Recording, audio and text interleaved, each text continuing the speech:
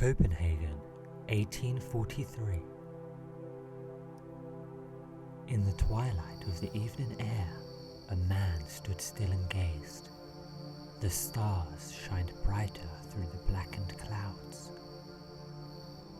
Wrapped in a trance, he couldn't move. His mind began to dance.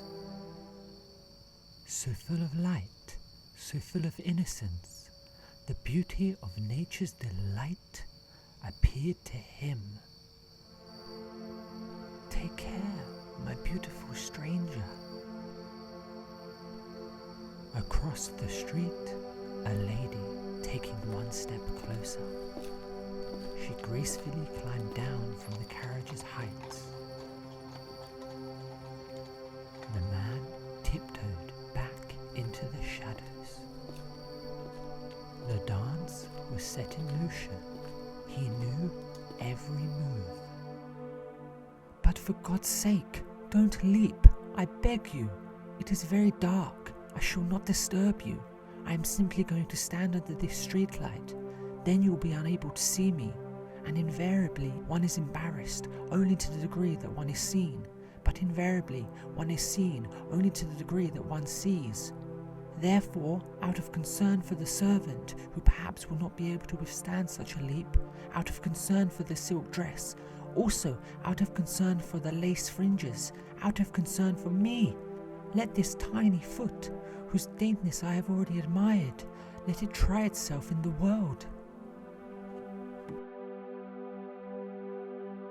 In the corner of his eye, he could sense it, her skin transparent, like velvet to touch. She is selected. She will be overtaken. Over the course of the next few days, he's on the prowl. He watches her from a distance, savouring every sip of life's champagne. Later, he discovers her name, then seeks to delve deeper into her spirit. His quest is to gather insight into who she is. He attaches himself to her close friends and family.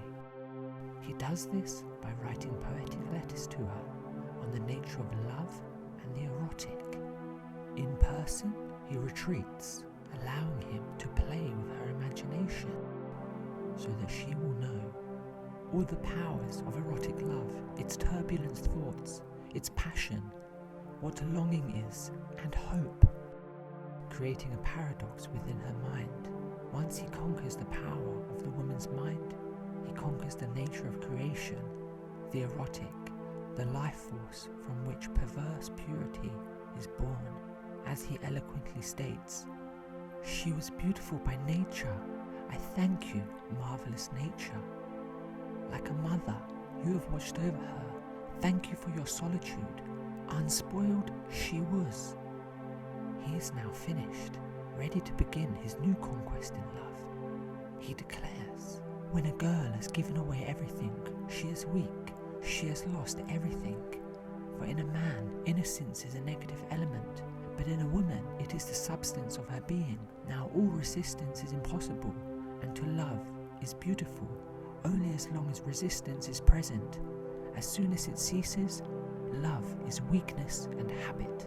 This fascinating story of a man obsessed with a young girl's mind, willing to do anything to conquer her and break her down to an erotic state of being, this was the premise of Soren Kierkegaard's 1843 work titled The Seducer's Diary. This piece was part of the main text named Either Or, which depicts two philosophical modes of being. The first, the aesthetical, the second, the ethical. The aesthetic life could be described as one of sensual pleasure, living in the moment, chasing the rush of instancy, someone who seeks to maximize pleasure out of a fear of boredom. This could be defined as a form of hedonism. Excitement and delight are what they hold dearest. They are the self-serving individual. They do not acknowledge the community and see their desires as the essence of life. However, they quickly lose their attraction with most things in life, because because attraction and excitement are ephemeral. This is the life of instant gratification. They think in the short term. On the other hand, the ethical is a way of life dedicated to finding the correct way to act in every moment. An individual who is conscious of themselves, moving forward with purpose, taking on personal responsibility for himself and that of others. The life of delayed gratification, thinking in the long term. Kierkegaard argues that we spend our lives in either of these two states. The Seducer's diary summarizes life from an aesthetical viewpoint, from the perspective of the pleasure-seeking individual. The unnamed protagonist proclaims, "What a difference! Under the aesthetic sky, everything is buoyant, beautiful, transient. When ethics arrives on the scene, everything becomes harsh, angular, and infinitely boring." However, in either or, the main text, he argues from an aesthetical viewpoint that this hedonistic lifestyle can quickly become monotonous and lack meaning. Eventually, boredom slowly creeps in and you will have many regrets. He writes, "Marry and you will regret it. Don't marry and you will also regret it.